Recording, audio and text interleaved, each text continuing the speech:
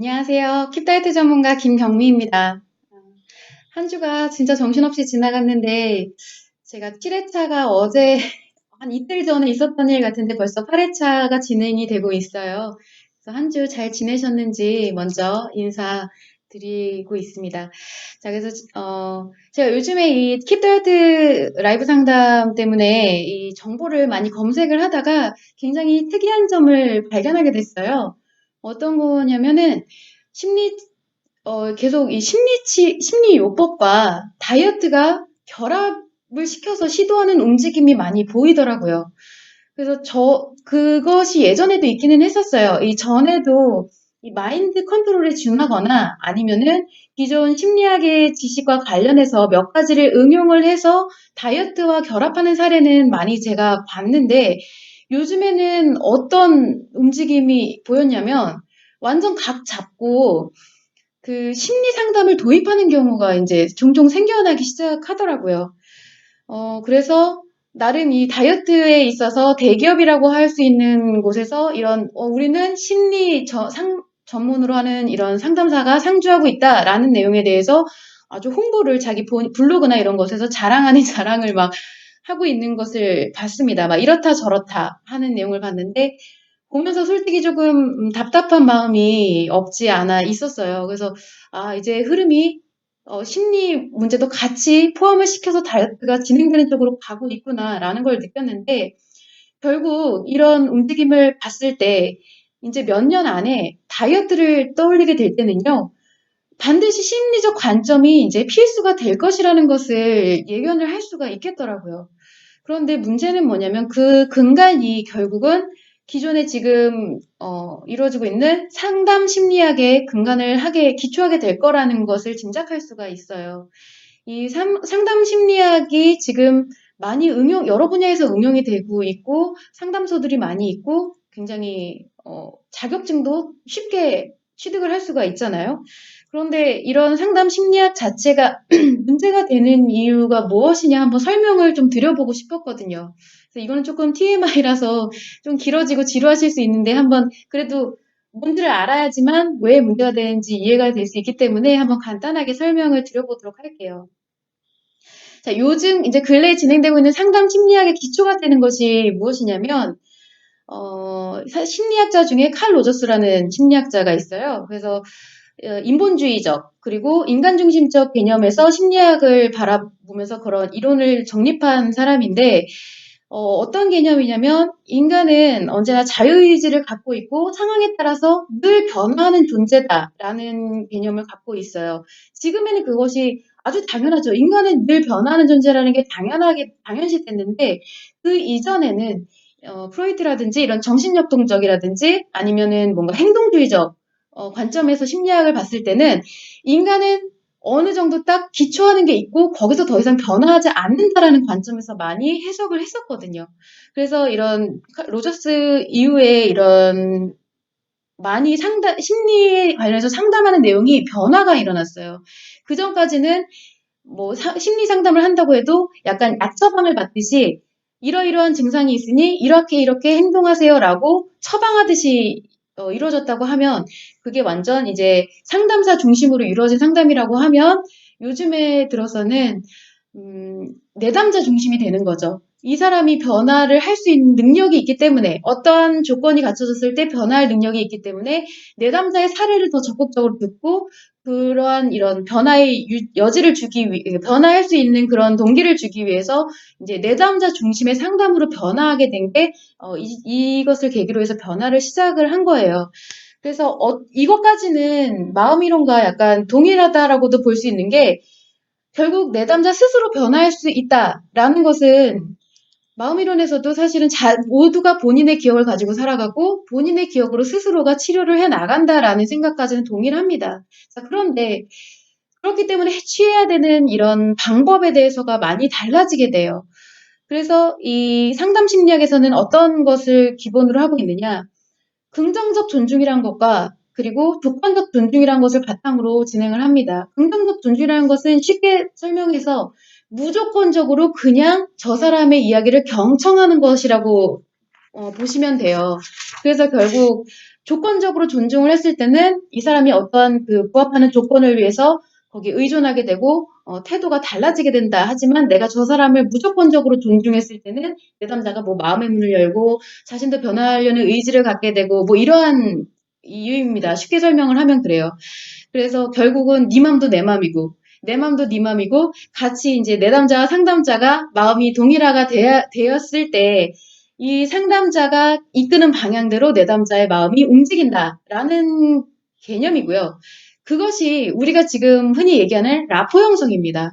그래서 항상 공감을 유도하게 되고 내담자와 대화, 사례를 이야기를 듣고 경청하고 응원하고 격려하고 지지하는 형태가 현재 상담 심리학의 기본이 되는 이론이에요.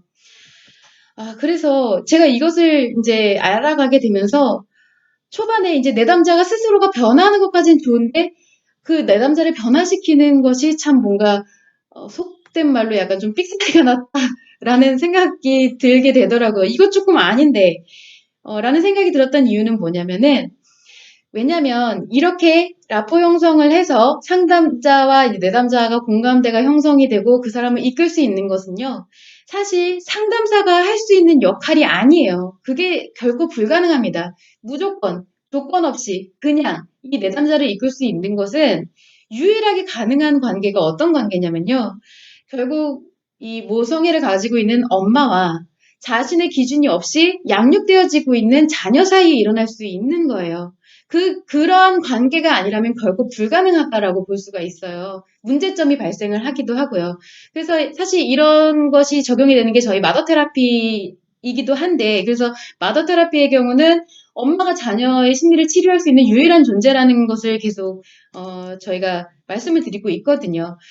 왜냐하면 상담사는 결국은 목적이 어떤 것이든 간에 내가 뭔가 수익적 가치를 창출하려던 것이든 간에 아니면은 그냥 내가 이 사람을 돕고 싶어 아파서 돕고 싶어 하는 이 사회적 가치를 실현을 하던 간에 이 상담사의 목적에 의해서 진행되는 게 바로 상담입니다. 그래서 무조건이라는 게 있을 수가 없어요. 그래서 같이 함께 마음을 공유한다라고 하면은 두 가지 이런 결과가 나타나게 되는데 한 가지는요. 전혀 도움이 안 되거나 그냥 이 사람이 뭔가 변화하는데 전혀 도움이 안 되거나 아니면 뭔가 변화를 했다라고 하면 무조건적으로 그 상담사에게 의존하는 경우가 나타날 수밖에 없어요. 이런 근본적인 치료가 일어나지 않은 채로 계속 긍정 기분을 상담사가 주게 되는 것이거든요. 경청과 이런 상담을 통해서 계속 근본적인 문제 해결 없이 기분 전환을 계속 유도시키다 보니까 결국 내가 이 상담을 하는 자체에 빠져들게 되는 것이지 이런 심리적인 문제가 치료가 되는 것이 아니다라는 거예요.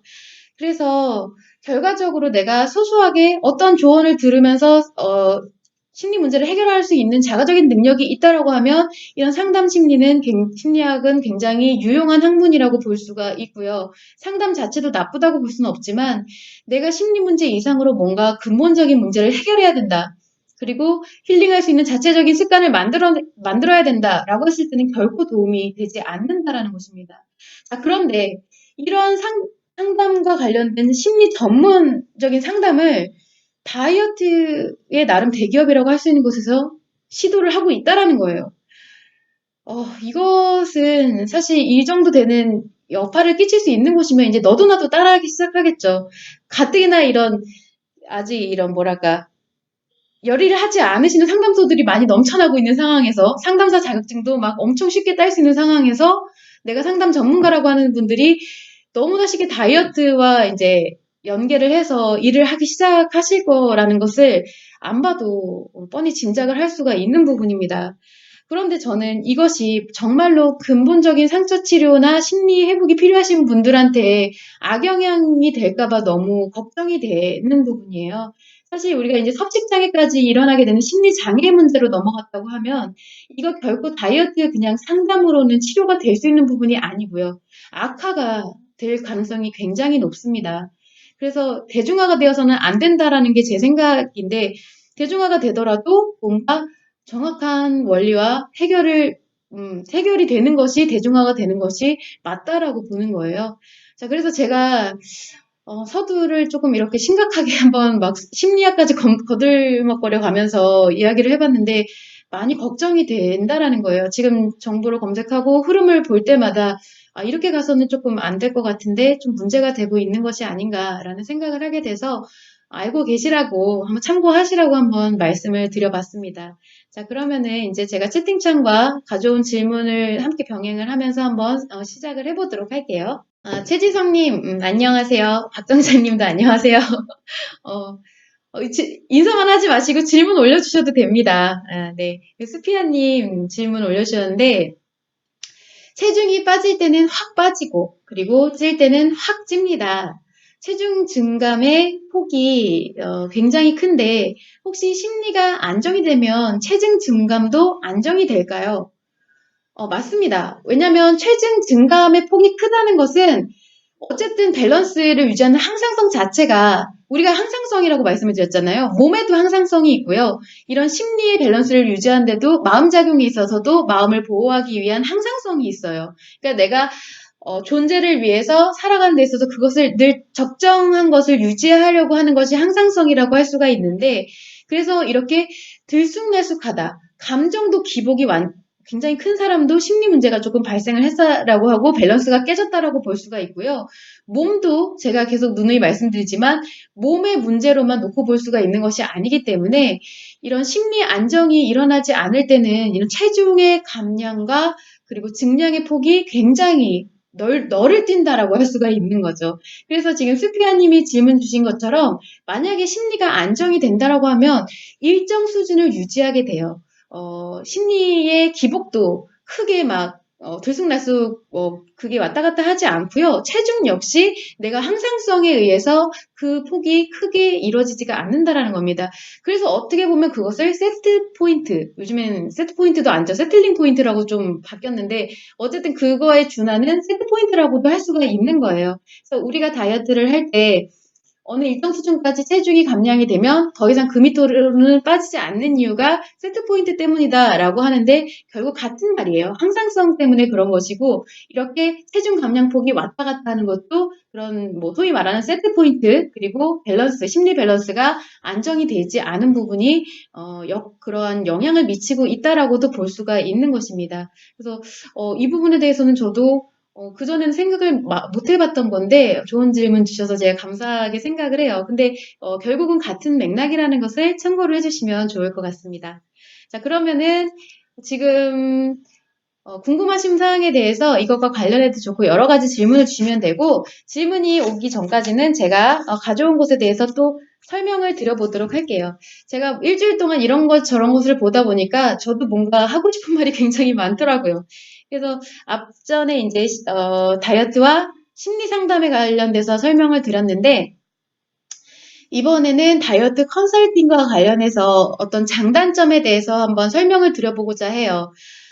우리가 이제 비만이 질병으로 분류되는 사회잖아요. 그렇기 때문에 다이어트 컨설턴트가 2016년 기준으로 유망 직종에 추가가 됐어요. 앞서 말씀드린 대로라면은 사실은 이 다이어트 컨설턴트보다 다이어트 심리 상담사가 더 유망한 직종이 되겠죠. 그런데 아직까지는 다이어트 컨설턴트의 개념이 적용이 되는 시점이다 보니까 제가 이 다이어트 컨설턴트 관련해서 이 장단점을 한번 참고를 하시라고 설명을 드려볼게요. 국내에서 이 다이어트 컨설턴트라는 개념이 도입이 된 게 한 20년 전에 유명 이 다이어트 쉐이크사가 있었어요. 굉장히 딱 시장을 독점하고 있었죠. 그 당시에는. 거기서 다이어트 코칭을 하면서 이게 쉐이크만으로는 살이 쉽게 빠지거나 이런 부분이 잘 일어나지 않기 때문에 코칭을 하기 시작합니다. 어떤 운동을 어떻게 병행을 하셔라 아니면 식이요법에 있어서도 어떻게 주의를 하셔라 하면서 코칭 개념이 도입이 되면서 그런 것들이 다이어트 매니저 혹은 다이어트 관리사 이런 식으로 이름이 변형이 되면서 그곳 다이어트 업체에서 이제 점점 확산이 되고 요소 적용이 되기 시작을 하면서 이 다이어트 컨설턴트 개념이 지금으로 이렇게 확장이 되기 시작을 한 거예요. 그래서 만약 비만 클리닉, 비만을 전문으로 하는 병원에 가게 되면요. 의사분이 이런 역할을 하시는 경우도 있고요. 혹은 아니면 보통 이제 성형외과라든지 이런 데서 상주하시는 것처럼 코디네이터 분들이 직업적으로 이런 다이어트 컨설팅을 하는 경우가 많이 있습니다. 그런데 이런 것보다 더 주력해서 전문적으로 다이어트 컨설턴트를 내세우는 곳들은요. 전에도 한번 말씀드렸던 이런 수기 관리, 마사지, 기구 관리 하시는 이런 센터예요.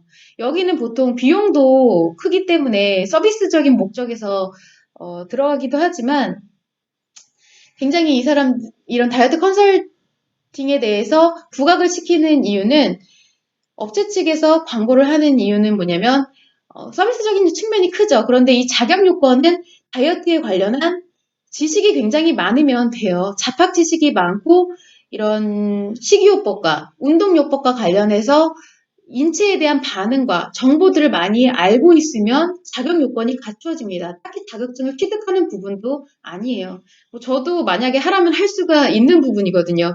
그래서 누구나 그것을 응용해서 이제 찾아오시는 개개인의 바디 프로필에 맞게 그리고 체성분에 맞게 방향을 설정해 주는 건데 누구나 할 수가 있어요, 이것은. 그래서 특별한 자격을 요하지는 않게 되는데 하지만 다이어트 컨설팅을 하고 있는 이 컨설턴트가 제일 잘해야 될 것은 무엇이냐? 가장 잘해야 되는 자격 요건 중 하나가 뭐냐면 어르고 달래는 것을 잘해야 돼요. 그게 주된 목적이기 때문입니다. 왜냐면은 세상 어떤 변화에 있어서 다이어트도 마찬가지고요. 내가 어떤 변화를 하려고 하면은 반드시 의지가 있어야 되고 그에 따른 노력이 뒤따라야 되거든요. 하다못해 내가 다이어트 외형 변화를 위해서 시술을 한다. 혹은 수술을 한다고 해도 내가 어떤 이런 통증을 감내해야 되는 그런 통증을 감내해서라도 변화하고자 하는 의지가 있어야 돼요. 그래서 상대적으로 그것과 마찬가지로 상대적으로 의지가 발생하지 않는 편하고 노력이 없이 하는 다이어트는 의지가 굉장히 약해지고 요요가 크게 온다라고 할 수가 있겠죠. 그래서 이 고생하지 않는 다이어트 이런 뭐 스파, 수기 마사지 하는 곳들이 내거는 항상 그런 광고하는 것이 고생하지 않는 다이어트다라고 하는 것이 굉장히 이점으로 작용을 한다라고 생각을 하시고 하시는 분들도 아 그래 나는 노력하기 싫으니까 그것이 굉장히 이점이구나라고 받아들일 수가 있는데 사실 그거는 이점이라고 볼 수가 없어요. 물론 식이요법과 운동요법을 열심히 해도 요요가 오는 것은 마찬가지기는 하지만 이런 고생을 하지 않으면 않을수록 요요 현상이 더 크게 발생을 해요. 이런 의지를 갖는 부분조차도 다이어트 컨설턴트에 의해서 외부적인 이런 인식을 하는 것에 대해서 내가 의지를 갖게 되는 것이지 자가적으로 의지가 생성이 되는 것이 아니기 때문에 외부적으로 의지를 갖게 만드는 요인이 사라지게 되면 결국 내 의지도 내 의지가 아니고 사라지게 되고 요요가 왔을 때도 그게 너무 당연시 받아들여지게 되는 거죠. 결국 절대적으로 이것은 다이어트의 성공 방법이 아니라는 것입니다. 그래서 만약에 내가 이런 것을 장점으로 생각을 해서 다이어트 컨설팅을 하는 것이 저기가 좀 더 전문적인 것 같아. 나 저기 가면은 도와주는 사람도 있으니까 성공할 수 있을 것 같아. 라고 생각을 하시고 또 보통 이제 컨설팅이라든지 옆에서 계속 코칭을 하는 다이어트가 있잖아요. 이런 것이 내가 다이어트 성공 확률이 높다라고 생각을 하시는 경우는 조금 그것은 착각이라고 보실 수가 있다라는 점이에요. 왜냐면은 다이어트의 성공이 높아지는 것은 맞아요. 나의 개인의 노력뿐만 아니라 외부적인 도움이 더 커지는 부분이기 때문에 다이어트 일시적으로 성공하는 것 자체는 높아지겠죠. 확률은 높아지겠죠. 그런데 그것이 중단됐을 때 오는 요요는 더 빠르다라는 거예요. 내가 뭔가 혼자서 개인적으로 노력했을 때보다 더 빠르게 작용을 한다라는 거죠. 또한 여기 컨설팅에서 해주는 코칭 자체가 내가 가지고 있는 기준이 아니에요. 모든 다이어트는 마찬가지지만 내가 만약에 다이어트에 성공할 기준을 내가 진작에 가지고 있다라고 하면 굳이 다이어트를 실천하지 않아도 이미 생활 자체가 다이어트에 맞춰서 돌아가고 있겠죠. 그러면은 뭐 특히 살이 찌지도 않을 건데 다이어트를 시도하는 것 자체가 그 노력 자체가 내 기준이 아닌 것을 노력하는 것이고 특히나 코칭을 해서 이건 이렇게 하셔야 돼요. 식단은 이렇게 하셔야 돼요. 운동은 이렇게 하셔야 돼요. 라고 하는 것은 특히나 내 기준이 아니기 때문에 사실 외부적으로 계속 이게 의지와 격려를 넣어주지 않으면 내가 그것을 유지하고자 하는 마음이 잘 작용을 안 하게 됩니다. 스트레스 받기 때문에 그래요. 쉽게 말해서. 저것은 했다가는 일단 다 거부감이 들기 때문에 시도할 노력이 유지가 되지 못한다라는 점을 참고를 해주시면 좋을 것 같습니다. 그래서 다이어트 컨설팅에 대해서 어, 이것이 장점이라고 생각을 해서 하시는 경우는 뭐 어쩔 수가 없지만 단점에 대해서도 한번 생각을 해보시라고 해서 제가 한번 이야기를 드려봤습니다. 그리고 또 한 가지는 이제 제가 사석에서 얘기를 하다가 나온 재밌는 질문이 있어서 한번 가져와 보게 됐어요. 연예인이 다이어트에 더 능숙하고 관리를 잘하는 이유가 무엇일까라는 주제로 아주 엄청 열띤 토론을 했던 적이 있는데, 연예인들이 보통 뭐 입금되면 입금 전, 입금 후가 다르다라고 얘기를 많이 하죠. 그리고 어떤 살이 좀 쪄 있다가도 계약이 돼서 뭐 영화를 찍는 계약이 돼서 나타난다 했을 때는 살을 쭉 빼고 나타난다던가, 그리고 그것을 유지하는 게 굉장히 여유가 있다라든가, 이런 것을 봤을 때 일반인들은 어떻게 저렇게 관리를 할까, 타고난 것도 아니라고 하는데 의아함을 많이 갖게 돼요. 그래서 보통 일반적인 상식선에서 생각할 수 있는 것은 이거죠. 일반인들보다 관리에 투자하는 시간과 비용이 많다라는 점이에요. 우리는 일반적으로 살아가는 데 있어서 뭐 업무에 투자하는 시간이 많다라고 하면, 그래서 뭔가를 투자를 한다고 해도 내가 업무의 효율을 높이기 위해서 하는 노력이 더 크다고 하면, 연예인들 같은 경우는 본인의 외형을 관리하는 것이 하나의 업무의 일환인 거잖아요. 그래서 일반인보다 더 투자하는 시간과 비용이 더 많기 때문에 효과적이다라고 할 수가 있고요. 심리적인 관점에서 봤을 때는 다이어트 자체를 외적 관심에 국한해서 두지 않기 때문에 그래요. 목표를 이제 내가 외적 관심을 받아서 그거에서 상처를 치료하고 뭔가 행복 감정을 만들고 이런 작업이 아니기 때문에 그래요. 그냥 쉽게 말해서 한마디로 자신이 하는 활동의 보조적인 수단으로 다이어트를 하기 때문이다라는 거죠.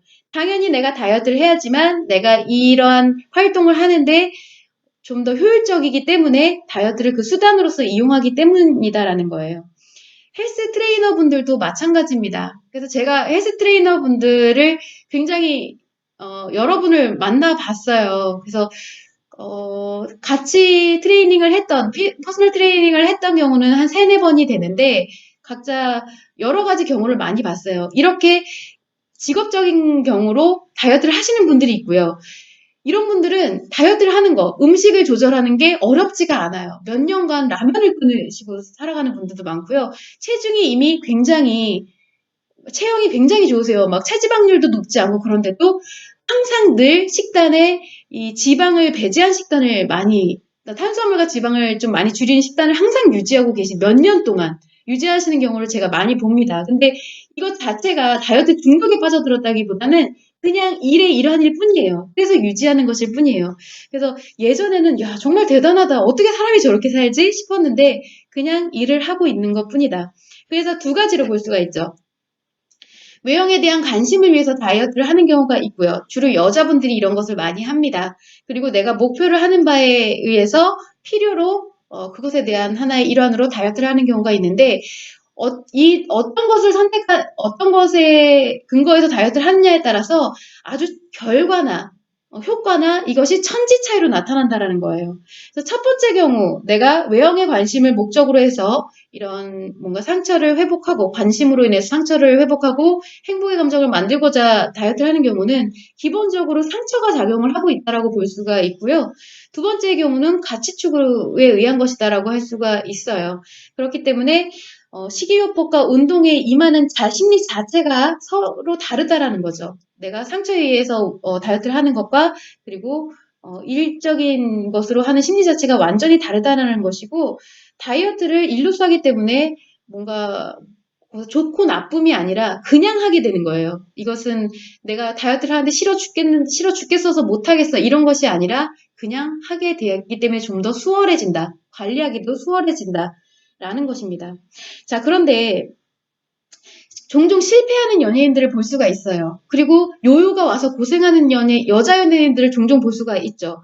뭐, 특정 인물에 대해서 제가 얘기를 하지는 않을게요. 그런데 우리가 심각한 우울증으로 이어졌다, 대인기피증이 생겼다, 뭐라고 하는 연예인들을 가끔 볼 수가 있어요. 그리고 어떤 걸그룹에서도 딱 이 컴백 무대를 했는데 다들 이제 유지가 잘 되고 혹은 살을 빼서 나왔는데, 어떤 멤버는 그것을 실패하고 나오는 경우를 볼 수가 있는데, 그것을 어떻게 해석할 수가 있느냐. 그분 같은 경우는 다이어트, 좀 치우쳐져 버린 거죠. 내가 처음에는 일을 목적으로 했는데 나중에는 관심에 대한 것으로 이런 관계적인 것으로 약간 치우쳐 버렸기 때문에 대중적인 반응에 의해서 그리고 내가 뭔가 내 외형에 신경을 쓰기 위해서 외형은 당연히 신경 쓸 수밖에 없는 게 연예인이긴 한데 그것이 일 때문에 외형에 신경 쓰는 게 아니라 나의 외형이 좋아 보이기 위해서 그냥 그거에 대한 관심을 좋게 받기 위해서 그 목적으로 치우쳐져 버리는 경우는 대체로 실패를 하게 되고요. 그것이 실패함으로써 큰 우울증으로 이어지는 경우가 많아요. 왜냐면 생각을 해봐도 우리가 그냥 일반적으로 다이어트를 하시는 분들은 인간관계도 그렇게 뭐 심각하게 많이 거기서 오는 관심과 반응이 크다고 하더라도 한정적이잖아요. 인간관계에서 오는 반응이 한정적인데 연예인들 같은 경우는 불특정 다수, 막 심지어 얼굴을 모른다고 해도 인터넷이라던가 온라인상에서도 댓글을 통해서도 오는 반응들이 있는데 엄청나게 많잖아요. 그래서 일반적으로 생각할 수 있는 그런 관심과 반응의 수준을 뛰어넘는 거죠. 무조건 심리장애가 발생할 수밖에 없는 상처가 작용을 한다라는 거예요. 그렇다면 만약에 내가 일적으로 다이어트를 성공을 한다라고 하면은 그 늘 유지가 잘 되고 성공한 것도 쉽다라고 하면 심리 문제가 없을까요? 과연 그런 사람들은 심리 문제가 발생하지 않을까라는 생각을 해볼 수가 있는데 다이어트에 늘 성공을 하고 유지하는 연예인들도 결국에는 심리 문제가 발생할 수밖에 없습니다. 왜냐하면 다이어트 자체가 결국 어떠한 기준을 충족시켜야 되고 그것이 나의 삶의 기준이 아니고 그리고 거기서 오는 강박과 스트레스가 계속 발생을 하고 있기 때문이에요. 그래서 이런 강박과 스트레스를 원활하게 힐링할 수가 없다라고 하면 무조건 결국 그것은 심리 문제로 이어질 수밖에 없다라는 거예요. 그래서 제가 이런 연예인들 관련해서도 조금 뭐라고 해야 되지? 바램이 좀 생겼다라고 하는 것은 이제 킵다이어트가 조금 유명해져서 이런 엔터테인먼트 사업에 관련해서 알려질 수 있었으면 좋겠다라는 생각도 하게 돼요. 왜냐면은 다이어트와 심리 문제를 함께 회복할 수 있는 프로그램이다 보니까 저도 사실 문화 예술 관련해서 기분 전환을 잘 하고 있고, 그러니까 힐링을 잘 하고 있고, 어떻게 보면은 거기서 많은 도움을 받는다라고도 볼 수가 있기 때문에 이 좋은 문화를 만들어주시는 분들, 연예인분들을 저는 되게 좋게 생각을 합니다. 어쨌든 좋은 콘텐츠를 만들어주고 하는 것에 대해서 아주 긍정적으로 생각을 하고 있어서 그런 분들이 심리가 아주 건강하게 유지가 돼서 계속 지속적으로 좋은 활동을 해주셨으면 하는 바람을 또 갖고 있어요. 그래서 조금 뭐 이런 거는 욕심이기는 한데 그래서 조금 유명해져서 이제 엔터테인먼트 사업과도 함께 알려졌으면 좋겠다라는 생각을 하고 있고 그래서 오늘도 많이 열심히 노력을 하고 있는 부분입니다. 네, 그 점 그냥 참고해 주시면 좋을 것 같습니다. 제가 또 이어서 앞 질문과 이어서 그런 사석에서 있었던 질문을 한번 또 가져와 봤어요. 이게 사실 연관된 거예요. 지금 연예인 다이어트와 관련해서 또 어떤 이야기가 나왔었냐면은 그렇다면 왜 유능한 여자들은 날씬할까? 왜 보통 우리가 보면은 캐릭터 자체가 얼굴이 예쁜 것은 뭐 둘째치고라도 몸매가 굉장히 정갈하죠. 용모가 굉장히 정갈한 용모를 갖고 있어요. 그런 유능한 여자의 캐릭터는 혹은 이미지는 정갈한 용모를 갖고 있는 이미지가 많이 있죠. 그래서 오피스룩이 딱 어울리거나 일하는 유니폼, 제복이 딱 어울리는 그런 이미지를 갖고 있는데 그렇다면 유능한 여자는 왜 이 날씬하다라는 그런 뭐라고 해야 되죠? 인식이 생겨났을까? 첫 번째, 여러 가지 이유가 있는데, 첫 번째 이유는 스트레스가 많기 때문이라고 볼 수가 있어요. 그래서 우리가 계속 전 회차에서도 계속 말씀을 드렸지만, 스트레스가 많다라는 것은 소모성 에너지가 그만큼 크다라는 거죠. 그래서 이런 의식작용에 의해서 업무에 몰입을 열심히 하니까 유능한 거잖아요. 그래서 업무 몰입에 따라서 소모성 에너지가 크게 발생하기 때문에 딱히 살이 찌지 않을 것이다 라는 것이 전제를 하고 있을 것이고요. 그리고 이런 분들은 굉장히 여성의 경우임에도 불구하고 자신감이 높아요. 자신이 이제 해내는 것에 대한 외부적으로 피드백이 오기 때문에 자신감이 높고 이 자신감을 유지를 하려면 본인의 외형적인 관리에 대해서도 소홀하지가 않죠. 그래서 인정받고자 하는 욕구에 대해서 다이어트 또한 하나의 관리고 가치추구 중 하나예요. 연예인과 같은 맥락이라고 보시면 돼요. 그런 자기관리가 뒤따를 것이고요. 그리고 또 한 가지는 업무적인 몰입이 높기 때문에 내가 어떠한 욕구가 발생을 했을 때 그것이 뭐 음식에 관련된 것이 아니라 업무에 치우치는 경향이 높다라는 거죠. 어떠한 욕구는 내가 일에 대한 욕구가 높아지면 일을 하는 것이고요. 음식 섭취에 대한 욕구가 높아지면 음식 섭취를 합니다. 근데 보통 일반적으로는 그 욕구가 분산이 되죠. 일도 하면서 음식도 당기기도 하고 그런데 어느 한쪽에 집중적으로 몰입하고 치우치게 되면요. 그 욕구에 대한 방향이 한쪽으로 쏠리기 때문에 뭐 딱히 음식을 즐겨 하거나 거기서 만족감을 얻거나 그러지는 않을 거예요. 않을 거란 얘기예요. 그래서 심적으로 그렇게 작용을 할 것이라는 거고 가장 중요한 것은 무엇이냐? 이 유능한 여자가 날씬하다고 생각하는 이유 중 가장 중요한 것은 유능한데 용모까지 빼어난 여자가 훨씬 눈에 띄기 때문에 보통 그렇게 생각을 한다라는 겁니다. 사실 유능한 여자분들 중에서 용모가 빼어나지 않으신 분들도 있어요. 그 용모에 대해서는 뭐 주관적이기 때문에 뭐가 빼어나다 아니다라고는 말씀드릴 수가 없지만 사실 이제 살집도 있으시고 하신 분들이 유능하실 수도 있어요. 그런데 그런 분들보다는 보통 이제 일을 잘하는데 얼굴까지 예뻐, 용모 단정해. 그러면 사람들이 보통 거기서 주의를 많이 시선을 끌게 되죠. 그래서 우리가 일반적으로 유능한 여자는 날씬하다라는 인식을 갖게 되는 것입니다. 그렇다면 얼마나 좋겠어요. 내가 일도 잘하는데 얼굴도 예쁘다. 라면은 좋은 것일까? 이런 것을 따져봤을 때는 좋다 나쁘다로 판단할 문제는 꼭 아니라는 것입니다. 왜냐면은 사실 기본적으로 이렇게 한쪽 방향으로 에너지가 치우쳐지게 되면요.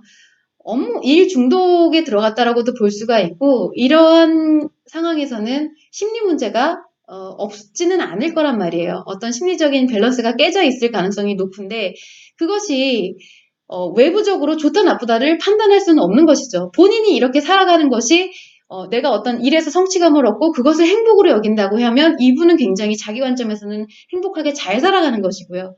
그런데 만약에 이런 심리 문제가 많이 발생을 해서 인간관계에 있어서 인간관계를 잘 원활하게 가져가느냐 꼭 그렇지는 않을 가능성이 높다라는 거예요. 왜냐하면 기본적으로 인간관계에서 의미를 추구하는 것이 행복으로 여기는 것이 아니라 내가 인간관계가 아닌 일에 있어서 오는 것을 행복으로 생각하기 때문에 인간관계 자체를 크게 중요하게 생각하지 않을 가능성이 높고요. 또한 이런 스트레스를 관리하는 데 있어서 나에게 스트레스가 들어오는 것을 못 견딜 확률이 높기 때문에 그래서 인간관계를 좀 더 뭔가 목적이 아닌 인간관계에 대해서는 함부로 대하는 경향이 높을 수가 있어요. 그렇기 때문에 딱히 좋다 나쁘다를 판단할 수가 없는데 이 말씀을 드리는 이유는 한 가지입니다. 결국 제가 그 사석에서 나왔을 때 나왔던 결론이기도 한데 이런 분들 보면 많이 부러워요. 일도 잘하고 뭔가 몸매 관리도 잘하고 그에 반면에 나는 다이어트도 번번이 실패하고 일도 딱히 못하는 것 같고 그래서 그렇다면 다이어트에 집착하고 번번이 실패하는 나는 루저냐 보통 우리가 이제 패배자냐라고 생각을 하는데 어느 것이 더 이런 유능한 여자가 더 좋은 것이다. 그리고 다이어트에 번번이 실패하는 사람이 더 나쁜 것이다라고 그렇게 비교할 수가 없다라는 거죠. 왜냐하면 다이어트에 집착하는 이유 또한 마찬가지예요. 일을 열심히 하는 것과 다이어트에 집착하는 것도 결국 같은 원리예요. 내가 행복을 추구하는 마음에서 비롯이 되는 것이거든요. 이 여자의 마음이 상처를 치유를 해서 행복의 감정으로 전환을 하기 위해서는 결국 이런 외적인 관심을 이해를 하고 근본적인 상처에 대한 원인을 이해를 하고 관심이 충족돼야지만 행복의 마음으로 전환할 수 있기 때문에 이런 관심을 외적인 것에서 충족하려 하기 때문에 다이어트에 집착을 하게 되는 것이거든요. 그런데 이러한 마음 자체는 결국 내가 행복해지기 위한 내 마음, 여성의 마음 자체가 이렇게 작용을 하고 있다는 거예요. 어떻게 보면 굉장히 기특한 일이죠. 얘가 스스로 알아서 모든 이 관심이든 저 관심이든 끌어다가 써서 나를 행복하게 만들려고 작용을 하고 있다는 거예요. 자, 그런데 다만 좀 교정을 해줘야 될 부분은 무엇이냐면 이 관심 자체를 꼭 굳이 타인에게서 충족하지 않아도요. 내가 외부적인 이런 외형에 관련해서 충족하지 않아도 여자는 충분히 뭔가 자기가 해나가는 성취감에 의해서 피드백, 을 받는 것에서도 관심으로 여겨질 수가 있고 그것에 의해서 행복 감정으로 전환시킬 수도 있고요. 그리고 무엇보다 이 상처를 힐링할 수 있는 자가적인 힐링 시스템을 갖추는 것만으로도 내가 기존에 갖고 있던 기억에서 있는 이 상처, 오해로 발생한 상처들을 내가 힐링을 시키고 치유를 하면서 그 자체가 나에게 관심으로 작용을 하기도 합니다. 그래서 중요한 것은 온전히 스스로 행복 감정을 잃지 않고 살아가는 것이 중요한 것이고요. 결과적으로 내가 일을 열심히 잘하고 그에 따라서 다이어트도 뭐 성공적으로 하고 유능하게 살아가는 사람과 내가 다이어트를 집착하면서 그것에 이제 몰입을 해서 살아가는 사람 역시 마음작용은 동일하다는 거예요. 내가 결과적으로 행복을 추구해 나가는 데 있어서 방향만 좀 다르다는 것 뿐이라는 거죠. 그래서 누구는 유능한 거고 나는 루저고 이런 생각을 하실 필요가 없다라는 거예요.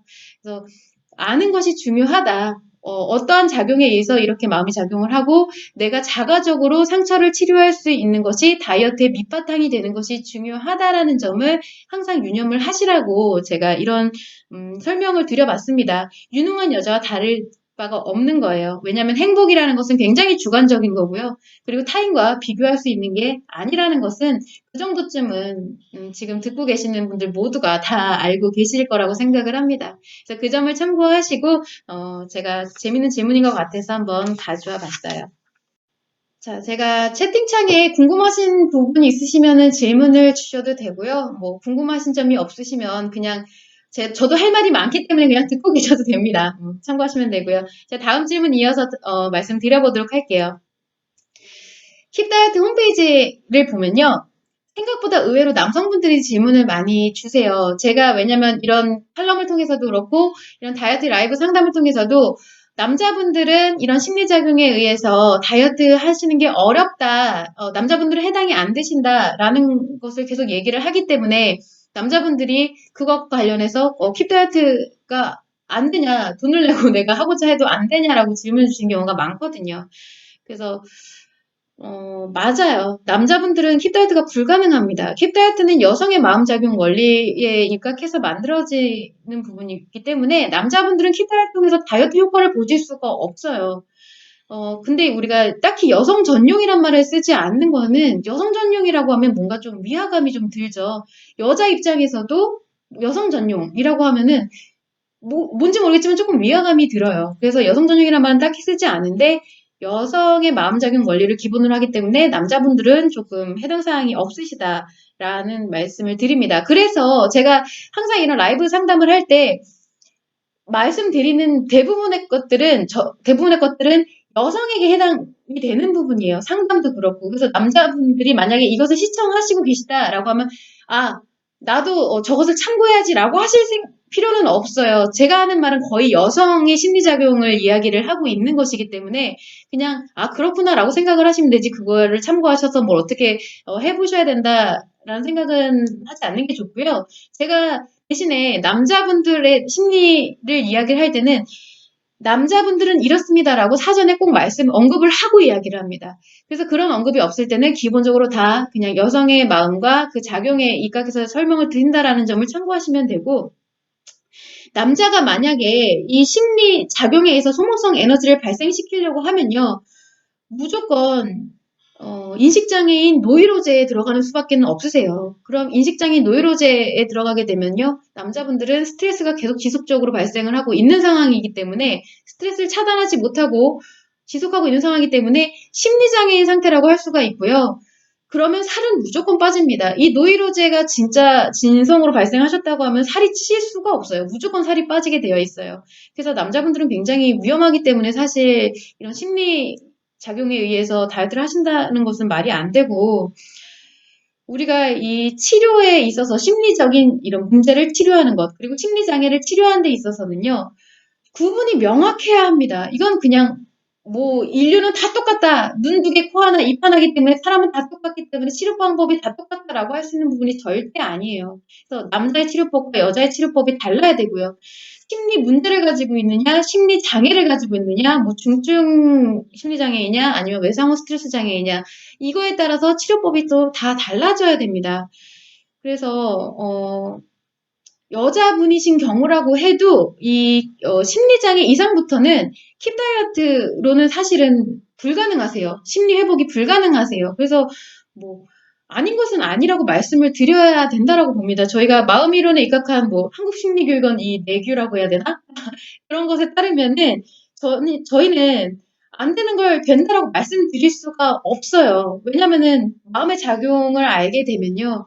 이 마음의 작용은 남자와 여자의 차이는 있지만 누구나 동일하게 작용을 하고 있고 그것이 존중받아 마땅하기 때문에 아닌데 치료가 안 되는데 그것을 이제 뭔가 상업적으로 이용을 한다. 이것은 사실은 이런 한국심리교육원의 모든 프로그램에서는 있을 수가 없어요. 그래서 남자분은 킵다이어트로 치료가 불가능하시다. 회복이 불가능하시다. 그리고 여성의 경우에도 심리장애 이상, 내가 막 중증 우울증이라든지 섭식장애에 들어갔다 했을 때는 킵다이어트로 좀 어렵고 그 전에 이제 심리장애를 치료하는 상처치료 프로그램을 하셔야 된다라고 말씀을 드립니다.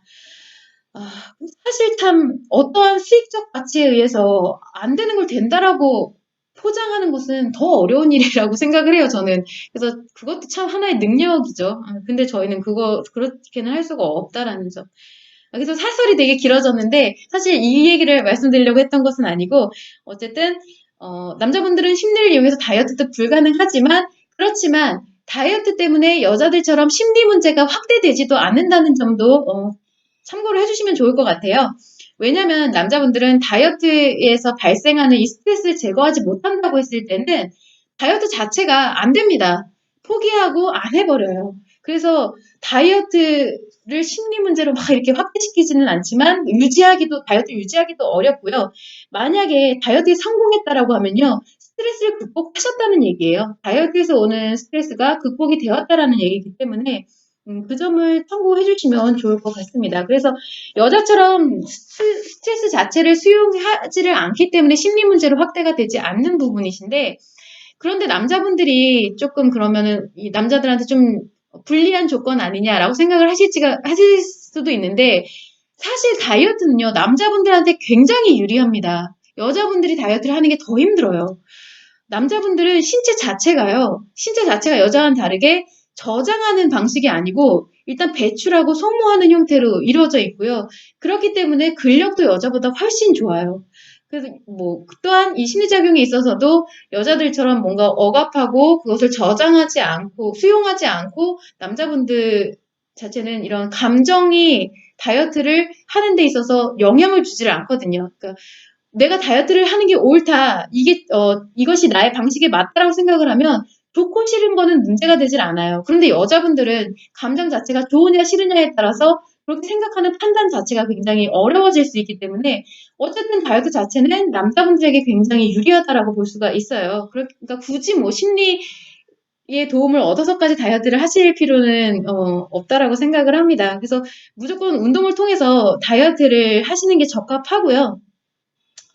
물론 식이 조절도 하셔야겠죠. 우리가 뭐 잘 먹고 식이 조절 안 하고 잘 먹고 운동을 하면 건강한 돼지가 된다라는 게 이제 학계의 정설이죠.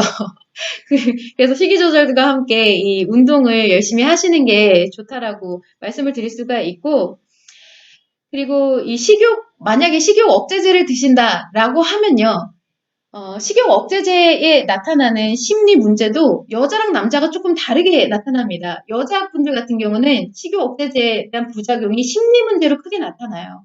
그래서 막 불안하거나 우울해지거나 이런 것이 가장 부담스러운 식욕 억제제의 부작용이라고 하면요. 남자분들 같은 경우는 그러니까 중추신경이 흥분되는 식욕 억제제의 경우에 여자분들 이런 심리적인 문제가 부담감이 크다라고 하면 남자분들 같은 경우는요. 제가 조금 재밌는 걸 봤는데 이런 발기부전에 대한 것이 조금 신체적인 문제로 크게 나타나더라고요. 그러니까 한마디로 얘기해서 중추신경이 흥분된 상태에서는 어떻게 보면은 몸이 계속 스트레스 상태에 놓여져 있다라고 볼 수가 있어요. 그래서 긴장이 되고 불안해지고 뭔가 이런 심박수가 올라가고 이런 부분이기 때문에 남자분들 같은 경우에서는 그때 이런 원활한 발기 상태가 유지가 되지 않는다라고 볼 수가 있는 거죠. 그런데 이 부분은 약을 중단하시면 원래대로 돌아온다고 하는 의사분들의 전반적인 소견이 있습니다. 참고하시면 되고요. 그래서 약에 의한 신체의 영향조차도 이제 남자와 여자의 차이점을 갖게 되고요. 이렇게 작용하는 것과 결과가 다르기 때문에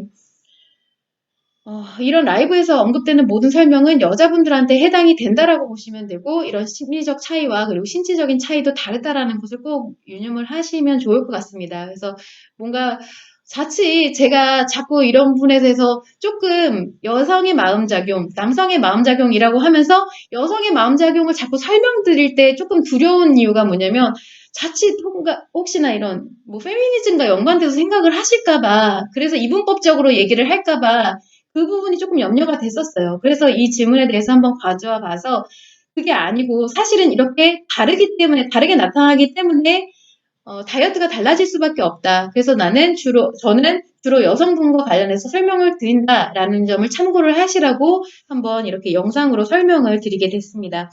그런데 킵다이어트 홈페이지에 남성과 관련해서 질문을 주셔도 상관없습니다. 그리고 채팅창을 통해서 남성과 관련된 부분을 질문을 주셔도 괜찮아요. 왜냐면 저도 기본적으로 어느 정도 운동의 작용이 어떻게 작용하고 있는지를 어느 정도로 알고 있고요. 그래서 만약에 저한테 질문을 주실 정도가 되면은 사실 운동에 있어서 엄청나게 많은 정보를 가지고 있다라고는 볼 수가 없어요. 왜냐면은 그렇기 때문에 이런 다이어트 채널에 들어오셔서 질문을 하시는 거겠죠. 아시면은 어느 정도 본인이 알고 계시다라고 하면 질문 잘 안 합니다. 근데 저한테 질문을 주실 정도면 저보다는 그래도 조금 모르고 계시기 때문에 제가 아는 선에선 대답을 해드릴 수가 있고요. 또 한 가지는 힙 다이어트의 운동과 관련해서 기존에 이 자문 트레이너분이 계세요. 그래서 만약에 제가 채팅창에서도 질문을 받는데, 이거는 제가 도저히 설명드릴 수 없는 전문적인 정보다 했을 때는 제가 그것을 가지고 있다가 자문 트레이너분을 통해서 답변을 드릴 수도 있거든요. 그래서 궁금하신 점이 있다라고 하면은 이 홈페이지나 채팅창을 통해서 남겨주시면 남자분들도 상담을 해드릴 수가 있다는 점을 좀 참고를 해주시면 좋을 것 같습니다. 네. 다이어트에 있어서 의지가 약해지는 이유가 뭘까요? 다이어트를 성공할 수 있는 이런 심리적인 부분과 다이어트에 자꾸 실패하는 이유가 뭔지에 대해서 한번 답변을 드려보도록 할게요. 이거는 뭐 딱히 질문이 올라왔다기보다는 다이어트를 진행하시면서도 그런 질문을 이제 받게 돼요. 나는 의지가 너무 약해요. 못하겠어요. 왜 그럴까요? 이런 질문을 많이 받는데, 의지가 박약한 것이 태어나면서 설정된 그런 게 아니에요. 심리 상태가 아니에요. 그래서 두 가지로 설명을 한번 드려보도록 할게요. 첫 번째로 여자의 마음은요, 이런 뭐라고 해야 되지? 현재에 대한 행복을 추구해 나가는 마음이 작용이 일어납니다. 남자분들처럼 추진력을 갖고 미래에 대한 행복을 추구해 나가지를 않고 현재 행복을 내가 느끼고 보존하는 것에 대해서 안정감을 느끼는 것을 충족하려고 해요. 그래서 여성의 마음 작용은 변화보다는 사실은 안정을 좀 더 추구를 해요. 그것을 어떻게 설명을 드릴 수가 있냐면은, 내가 뭔가 다이어트를 하면서 변화를 시도를 했어요. 그런데 스트레스가 막 발생을 하고 내가 뭔가를 시도하는 자꾸 운동을 하던 음식 조절을 하던 스트레스가 발생을 한다 했을 때는 사실은 내가 이거 하면서 스트레스를 받느니 차라리 그냥 이렇게 살래라고 편안함을 유지하고자 하는 마음작용이 좀 더 큽니다. 심리 자체의 편안함을 더 충족하려고 하는 작용이 더 크다라는 거예요. 그래서 일반적으로 나름 건강한 마음의 작용이라고 할 수가 있어요. 이거는 이제 다이어트에 집착하지 않고 이제 뭐 심리 문제도 발생했다가 아니면 다시 돌아왔다가 하는 오락가락하는 이런 건강한 마음의 작용일 때 대부분 이렇다. 그렇기 때문에 여자가 보통 이제 금연을 뭐 시도하거나 이럴 때 그거랑 마찬가지라고 볼 수가 있겠죠.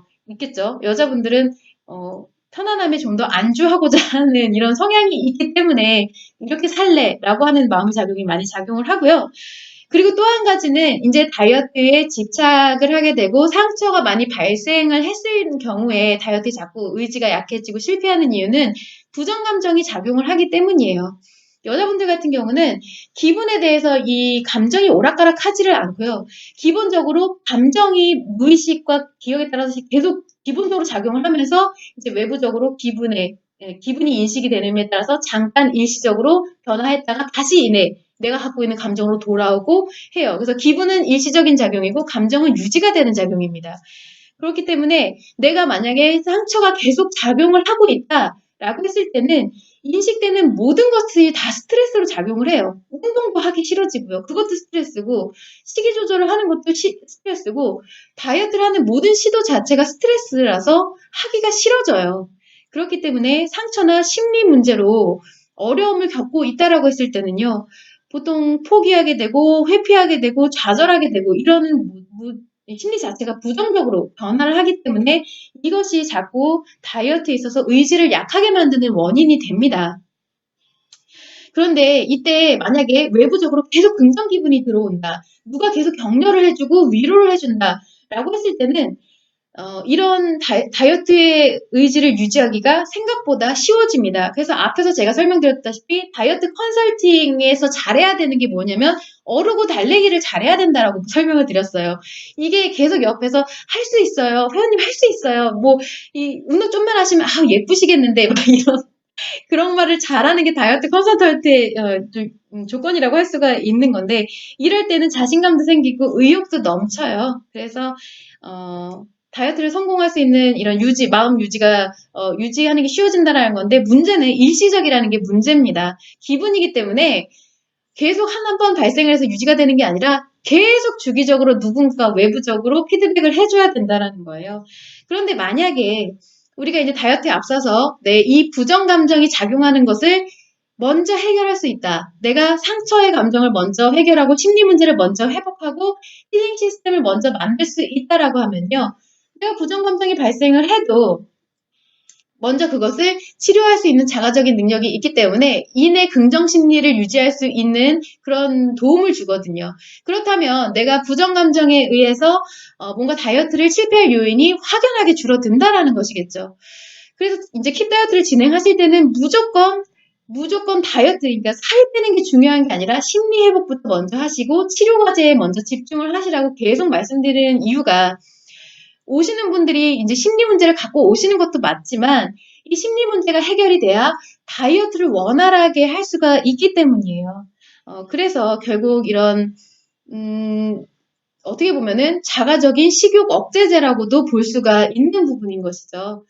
그래서 이 다이어트에 앞서서 먼저 심리 회복과 심리 밸런스를 이루는 것이 굉장히 다이어트에 도움을 준다. 그리고 심리 회복과 다이어트는 상호 시너지 효과를 줄 수가 있다라는 점을 참고를 해주시면 좋을 것 같습니다. 네. 프리티스님, 오랜만입니다. 안녕하세요. 디톡스를 반복하는 것도 다이어트 중독인가요? 그럼요. 무엇이든지 다이어트에 대한 시도를 반복하는 것은 다이어트에 빠져들었다라고 할 수가 있는데, 여기서 내가 중독인지 아닌지를 판별할 수 있는 것은 무엇이냐면, 중독은 반드시 강박을 동반을 합니다. 그래서, 다이어트, 중독이다라고 했을 때는요, 내가 이것을 시도하지 않으면 남성의 중독에 나타나는 현상은 불안감. 그리고 여성이 다이어트 강박으로 나타나는 것은 우울감이에요. 그래서 이 다이어트를 하지 않았을 때, 디톡스를 하지 않았을 때 여자가 극심한 우울감이 들어서 못 견디겠다. 내 디톡스를 안 하면 진짜 인생 끝날 것 같고 못 견딜 정도의 우울감이 발생을 한다라고 했을 때는 강박이 발생하고 있는 게 맞고요. 그로 인해서 디톡스를 반복한다라고 했을 때는 다이어트 중독이라고 할 수가 있어요. 그런데 거기에 조금 앞서서 이 다이어트 중독에 들어가기에 앞서서 이런 강박은 작용하지 않는데 내가 디톡스를 계속 반복하고 있다라고 하는 것은 어쨌든 심리 문제는 맞죠. 내가 심리 문제가 있기 때문에 다이어트를 계속 하려고 시도를 하는 것이겠죠. 그런데 중독까지라고는 볼 수가 없는 것은 방법이 한정되어 있기 때문이에요. 내가 한번 디톡스를 해봤는데 이게 효과가 좋았어. 그러면 다음에 다이어트를 할 때도 디톡스에 국한해서 다이어트를 시도를 하겠죠. 뭐 여러 가지 다이어트 방법이 있겠지만 그래도 내가 좀 더 편했던 거, 한번 나에게 기준이 만들어졌던 거를 통해서 다이어트를 시도하려고 하겠죠. 그래서 반복이 될 수는 있어요. 그런데 다이어트 중독이라고는 볼 수는 없는 게 중독은 반드시 강박을 동반하고 있고 나한테 이 강박이 작용하지는 않는다.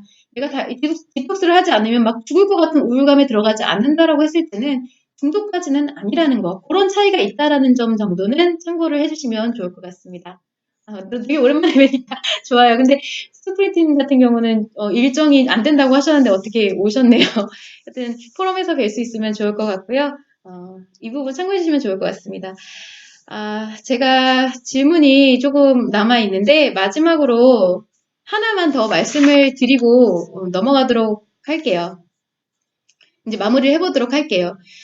식욕 억제는 이 약물로만 가능할까라는 질문이에요. 이거는 많이 궁금하실 거예요. 보통 우리가 식욕 억제가 잘 안 된다라고, 자기 의지로 안 된다라고 생각을 하시죠. 그래서 식욕 억제제를 드시는 경우가 굉장히 많아요. 다이어트를 할 때 식이요법으로 성공을 하시는 분들은 보통 식욕 억제가 자가적으로 안 된다라는 생각을 안 하시고 다이어트 약을 복용을 안 하시는데, 다이어트 약을 복용하시는 분들은 무조건적으로 식욕 억제는 약에 의해서만 가능하다라고 생각을 하시기 때문에 그것에 대해서 한번 설명을 드려보고 싶었어요. 자, 우리가 식욕 억제제의 경우를 한 세 가지 정도로, 식욕 억제제가 어떤 것인지 세 가지 정도로 분류를 해볼 수가 있는데요. 하나는 이 세로토닌을 유지 증가시키는 항우울제라고 볼 수가 있어요. 그래서 우리가 저번에 세로토닌이 뭐 신경전달 물질로서 이 행복감을 유지시키는 뭐 그런 물질이다라고 설명을 드렸던 적이 있어요. 그래서 이 세로토닌을 유지시키는 우울증 치료제, 우울증 치료할 때는 이 세로토닌을 증가시키려고 하는 그 약물이 처방이 되거든요. 그래서 항우울제가 있을 수가 있고, 하나는 우리가 보통 아드레날린이라고 얘기하는 노르아드레날린을 자극을 시켜갖고 증강시키는 그런 항정신성 약물이 있어요. 이거는 중추신경을 이제 흥분시키는, 흔히 얘기하는 그런 식욕 억제제고요. 또 하나는 각성제. 이거는 중추신경이 아니라 교감신경을 흥분시켜서 이런 호흡이라든지 심장박동이 증가시키게 되는 이런 각성제 계열의 이런 식욕 억제제가 있습니다. 사실 제가 이것을 의학적으로 아주 세부적으로 말씀드리기는 저도 어려워요. 그게 제 의학적 지식이 별로 없기 때문에. 근데 이 정도는 조금만 검색을 해봐도 알 수가 있어요. 근데 제가 이것을 말씀드린 이유는 이런 의학적 지식이 중요한 게 아니라 왜 이런 식욕 억제제가 약물에 의해서 일어나야 되는지를 설명드리기 위해서 심리적 관점에서 말씀을 드리기 위해서 하는 거기 때문에 간단하게 설명을 드려봤습니다. 자, 그래서 세로토닌, 우리가 많이 쓰는 약물 중에 세로토닌을 증가시키는, 유지하거나 증가시켜서 농도를 증가시키는 이 약물은요, 보통 이 우울증 관련해서 치료제로 처방을 많이 받게 되고요. 그리고 조루증, 비만, 금연, 그리고 과민성 대장증후군, 이러한 부분의 의약품으로 굉장히 많이 쓰입니다. 비만에 국한된 치료제가 아니에요. 그리고 어떻게 보면은 이런 우울증을 치료하는 데 있어서 부작용으로 식욕 억제가 되는 것을 이제 비만 치료제로 이용을 하는 경우죠. 근데 지금 보시면 조루증, 우울증, 비만, 금연, 뭐 과민성 대장증후군, 이것들이 전부 다 심리 문제에서 비롯이 되는 것들입니다. 그래서 내가 스트레스에 대한 것을 좀 더 완화시키기 위해서 외부적인 도움을 받는 의학, 뭐라고 해야 되죠? 그런 약이라고 볼 수가 있는 거예요. 스트레스를 이제 스트레스를 완화시키기 위한 약물이라고 볼 수가 있는 거예요.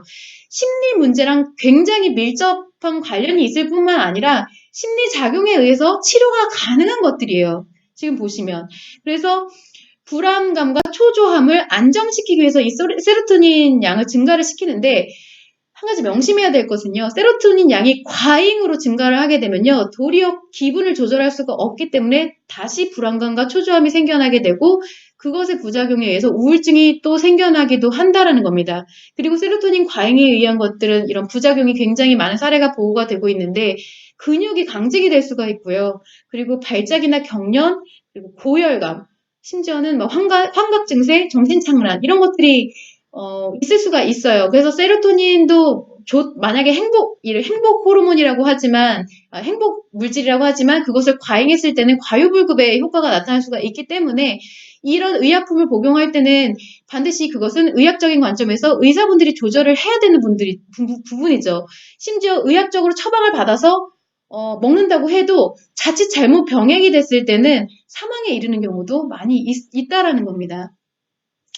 자, 그래서 이것을 반드시 식욕 억제제를 통해서만 내가 식욕 억제가 가능할까라는 부분인데, 왜 내가 약을 먹어서 식욕이 증가한 게 아닌데, 그쵸? 내가 약을 먹었기 때문에 식욕이 증가한 게 아닌데 왜 굳이 식욕 억제제를 통해서 식욕을 억제시키려고 할까라는 의문을 한번 가져봐야 된다는 거예요.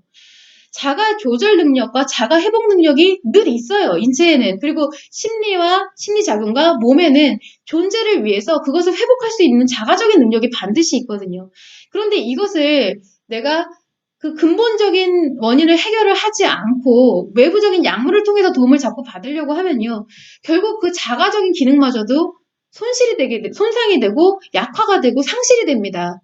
이게 뭐 비단 식욕억제뿐만 아니죠. 우리가 갑상선이라든지 이런 부분도 내가 자가적으로 갑상선은 기능이 너무 과부하가 일어나서 조절이 안 되는 상황인데 원 기능을 회복시키려고 하는 노력이 아니라 약물에 의해서 자꾸 그것을 조절을 하다 보면요. 자가적인 갑상선 기능이라든지 이런 게 더 상실이 되고 완전 재기능을 못하게 되는 더 악화가 된 결과가 발생을 하기도 해요. 비단 이것뿐만 아니라 사실 그 호르몬제 관련해서 남성분들 이런 근육 벌크하는 경우에 이런 스테로이드제 만식시는 경우 많잖아요. 이 한참 한 번 이런 뭐라고 해야 되지? 이슈가 됐었었는데 이것을 통해서 테스토스테론 이런 남성 호르몬들을 자꾸 맞게 되면은 자가적인 생식 능력이 이제 더 이상 없어진다고 하는 이유가 내가 충분히 남성 호르몬에 의해서 이런 정자라든지 이런 것이 생성이 됐어야 되는 게 맞는데 외부적으로 자꾸 테스토스테론을 주입시키고 그것이 이제 정자활동이라든지 이런 것을 과잉시키다 보니까 자가적인 신체 능력 자체가 약물을 맞지 않으면 기능을 하지 못하게끔 이렇게 상실돼 버리는 거예요. 그래서 조금 멀리 오긴 했는데 얘기를 하다 보니까 그래서 결국 이렇게 식욕 억제도 마찬가지로 심리의 밸런스와 안정감이 이루어지게 되면 반드시 자가적으로 회복이 되고 억제가 되는 부분을 절대 무시해서는 안 된다라는 겁니다. 그 부분이 약할 거라고 생각을 하시는 경우가 많아요. 약물은 분명히 강력한데 왜냐하면 부작용이 강하기 때문에 그만큼 강력하다라고 생각할 수 있지만 사실 내 심리 밸런스를 안정을 이루는 게 식욕 억제에 가장 탁월하고 가장 강력합니다. 그래서 여러분들 처음에 킵 다이어트 시작하실 때 내가 식욕 억제가 많이 힘든데 약물 끊고 이거 시작해도 되겠느냐라고 말씀을 드리면 저는 항상 솔직하게 대답을 드려요. 처음에는 힘드실 거다. 그렇지만 일부러 강제적으로 제어하시려고 하지 말고 약물 복용하지 마셔라. 왜냐하면 심리가 안정됨에 따라서 자연적으로 식욕을 억제할 수 있는 능력이 반드시 돌아온다라고 말씀을 드리거든요. 이거는 제가 실질적으로 제가 겪어본 것이기 때문에 확신을 갖고 말씀을 드릴 수가 있는 거예요.